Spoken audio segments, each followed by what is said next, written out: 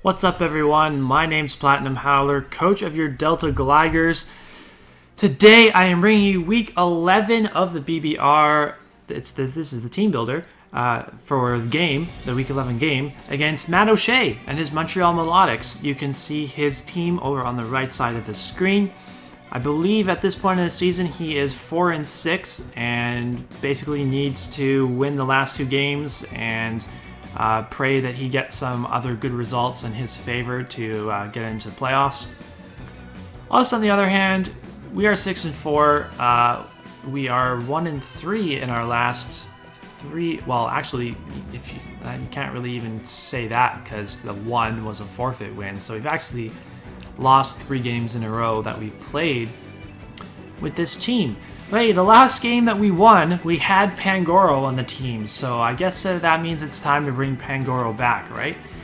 If you haven't seen it since week 6, the last battle that we won against Steve, so we're bringing it back this week, and I'm going to lead off with it, just like I did in week 6. Although this is going to be a little bit of a different set, it's not something that I see myself wanting to let go of super early without getting off great damage. I definitely want to try to keep this thing around and hope that I can use it to outspeed everything on his team.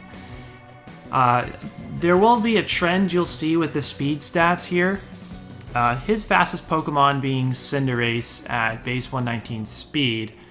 None of my Pokemon are faster than a max speed Cinderace.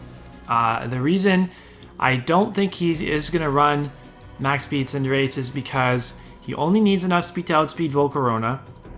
Alakazam naturally outspeeds Cinderace by 1 point. So Matt, I know, is very particular with his EV spreads, so I don't think he would just run Jolly 252 speed just to try to catch me off guard. I don't think that's something that he would do. So I only see him running enough speed for Volcarona. He could run speed for Lycanroc, but again, I don't see a point in that when I have super effective Tough Claws boosted stab priority. I don't see why I needed to use so many adjectives there, but Lycanroc Accelerock hits Cinderace super hard regardless of how much speed he runs, so I think he's going to want to put more investment into HP, or possibly just run Adamant max attack to hit as hard as possible. So this Pangoro will outspeed a Cinderace that is only outspeeding Volcarona by 1 point. And you'll see that with some other Pokemon on my team as well.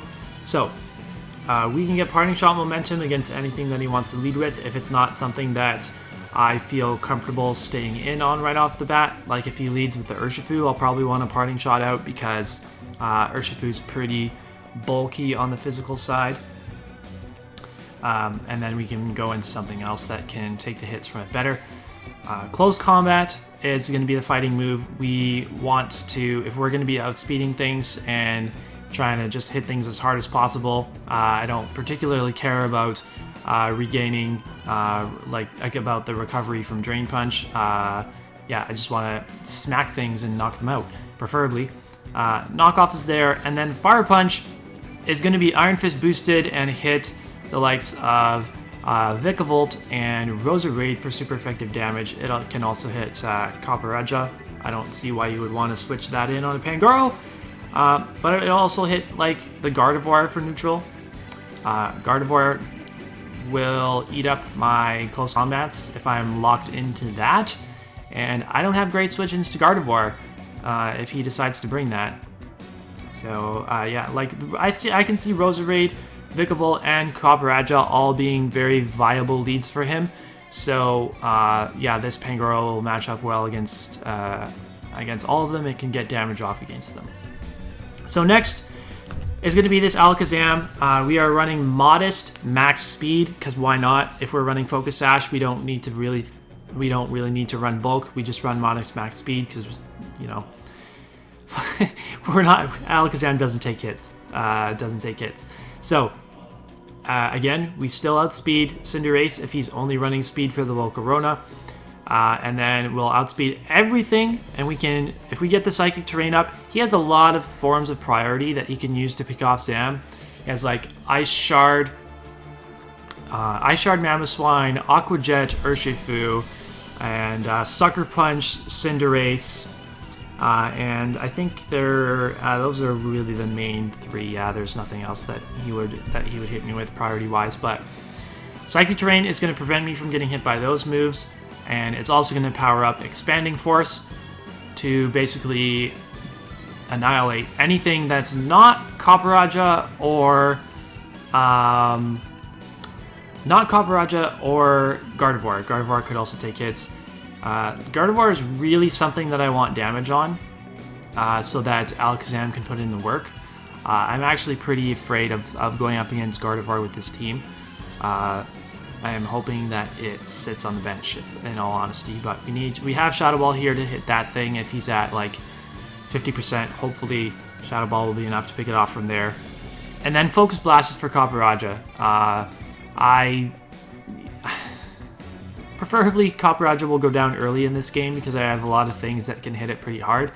But I didn't see a need for another fourth move here, so yeah, that's what we're gonna rock out with. Ironically, we're running the Psychic Terrain Expanding Force set for the second time this season. The first time was week 1, the last time we went up against the other Urshifu form. So I guess Psychic Terrain is the play going up against opposing Urshifus. Here is Rotom-Wash. This is going to be the main Urshifu check. I definitely think that Trevenant overall is a better response to Urshifu being resistant to its Surging Strikes and, of course, immune to its secondary Fighting Stab. Fighting Close Combat is still going to be doing a big chunk of damage to this Rotom-Wash. So, like, Trevenant would be nicer to have to take on the Urshifu, but I just don't think it does very well against much else that he's got.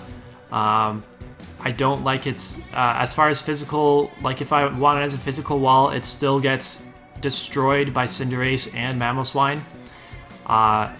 So I like Rotom's matchup a lot better against those other two. The rest talk was suggested by Gage. I think this is a great idea, just because it's very hard for him to, it's very hard for him to switch into Rotom, honestly. I mean, he can go into, Gardevoir can switch into this, I guess, and that's why I would really want to be Volt switching out on that. Roserade can come in on this, so, like, those things, I really have, that's why I have the Volcarona, which I will be getting to, but, you know, hopefully this Rotom can just eat hits continuously get Rocky Helmet chip off, rest off any damage, and then go for a Sleep Talk, and then any move that it gets, any of its attacking moves, hopefully that it gets, will be able to chip his team enough for the rest of our team to put in work in the end. So, very specially defensive Volcarona here. I need this as a switch into his special attackers like the Roserade, like the Gardevoir, like the Porygon Z. I put enough speed on here to outspeed his base 90s that are running enough speed for max speed Rotom. Again, timid max speed Porygon Z is not something I see him running. I think he really likes to be efficient with his EVs. So we should outspeed that thing unless it catches us off guard and runs timid max speed, but oh well. If he does that, then he will not be as bulky and should be able to die to other hits from other mons on our team. So yeah, we can roost off damage that his special attackers do to us. We have the Lumberry. I originally was just going to run Boots on it for the heck of it, but then I put Lumberry on here because if I want to be switching this into a Roserade, that I do not allow myself to be put to sleep. Because otherwise, Dragalge is a pretty safe switch into Roserade a lot of the time, so it makes sense that he would want to run Sleep Powder to prevent my Dragalge from just clicking buttons. So, you know, I'm not bringing Dragalge here. I have Volcarona as the special check instead because it takes hits from the Gardevoir better. And it also just can outspeed the special attackers and has reliable recovery can boost up with Quiver Dance and boost its special defense even further, and then be guaranteed faster than those mons and also just hit harder. So yeah, Fire Blast, Psychic are only 2 attacking moves. Psychic is basically just there for Urshifu, and it hits the Cinderace neutrally. I thought about wanting to run the more powerful Hurricane, but I think it would be really devastating if I didn't get guaranteed damage off against either Cinderace or Urshifu. So I just went with Psychic to make sure, even though it's not quite as powerful as Hurricane, to make sure that it would guaranteed hit them, so I could get guaranteed damage off.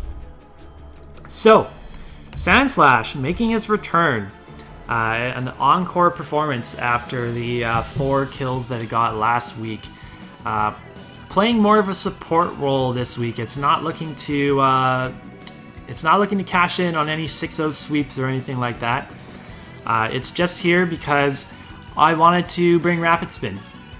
I don't like having sticky webs on the field here. I don't think I can get away with building a team that doesn't care about sticky webs. I think his offense overwhelms me if he gets sticky webs up. So I really want to make sure that I can get rid of the webs. And I wasn't bringing Defog on the Rotom, so my only other source of hazard removal is Rapid Spin on the Sandslash. So then, Sandslash can set up the Sandstorm, one of my only 2 mons that can actually use Manual Sand, the other being Lycanroc Dusk. So we can get rid of hazards with this. We can potentially set up rocks, then we can click Earthquake against everything that's not Vikavolt or Emolga, but I'm not really afraid of Emolga because it's an Emolga. Hopefully I don't regret that. But yeah, so Vikavolt is actually pretty free coming in against this thing, but he won't know that I don't have a way of hitting it. I could easily text Stone Edge on here just for that, and I would outspeed it naturally. And he would have to run Energy Ball just for a Sandslash that he probably is not predicting to make an appearance in the game to knock me out. I would live a Bug Buzz from him from full. So this is here just to support the team, make sure no hazards are on the field, and if I get the Sandstorm up, this Stoutland is fantastic, okay? Click Workup, click Last Resort, just do a crap ton of damage to everything. His only normal resist is the Copperajah, so if that thing goes down early, then this Stoutland is going to be in a amazing position to wreak havoc upon Matt's team. It also gives me something that is actually just it can actually take a special hit or 2. See, I don't know if I can actually get away with using this as a mon that can absorb hits from special attackers because I have to click Workup before going for Last Resort. So I have to take 2 attacks from special attackers. I don't know if I'm capable of doing that. But either way, I think this is a mighty, mighty fun set. The teams just keep getting wilder and wilder every week, and if we manage to win this one, we will probably be in a good position to guarantee ourselves in playoffs, and we can probably bring something even wilder next week. Who knows? But yeah, just Adamant Max Attack, enough speed for Scarfed Porygon Z, and enough speed, to outspeed the Porygon Z in the sand, and then yeah, the rest into bulk. So that's going to be the team. If you enjoyed this team builder, make sure you leave a like on the video, comment down below what you think of the team, if you're excited for the match going up tomorrow, and make sure you subscribe so that you don't miss the match going up tomorrow. We'll see you then.